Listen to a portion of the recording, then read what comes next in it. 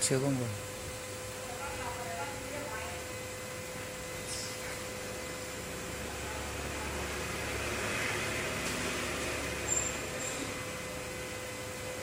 Con này mất 2,5 đây này. 2,5 đóng mạch cho đường. Đấy, nó đóng mạch cho đường nguồn đấy, nguồn cho 358 hoạt động. Không có này 358 không hoạt động, không kích được nguồn này đúng. Nhưng cái đấy thì nó liên quan chi bác rồi.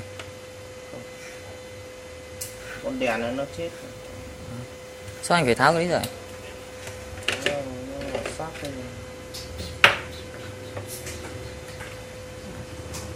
Tức là cái con đèn ấy nó cho cái thằng 358 cái hoạt động được. Ở cái con đèn ở trên khu vực này.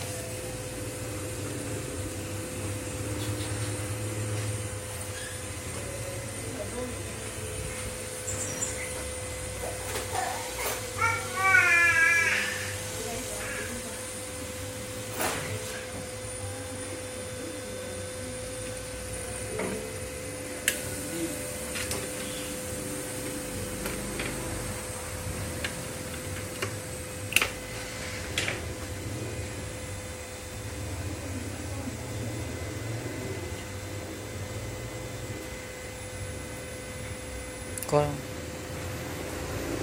Đây có 2,5 mới chạy được.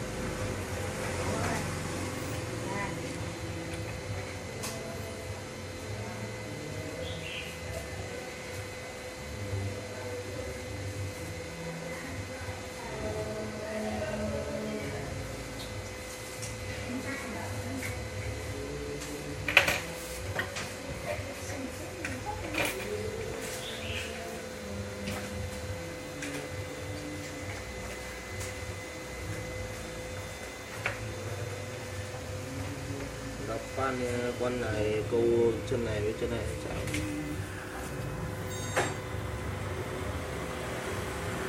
Là mất áp ở đây nó không mở được con 358 chạy. câu thẳng từ chân đấy sang chân kia luôn. Con này nó cần áp khoảng 2,5V đến khoảng 3V thì câu 3,3V ở đây.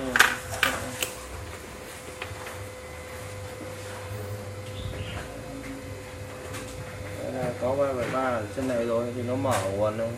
Vâng. Mở nguồn có vôn 5 đây. Nhá. Vâng ạ. Mở nguồn do cái nguồn này nó sai số, cái chỗ này chứ không có vôn 5 nó phải là vôn 8. Ở nguồn chip bác có luôn. Chip bác nó phải là vôn 2 đúng không? Sao đây nó bị dâng bị dâng nguồn. Cái pha này nó bị dâng nguồn. Nhưng mà nếu mà dâng nguồn vậy thì có ảnh hưởng không? Vẫn chạy ra bên trên.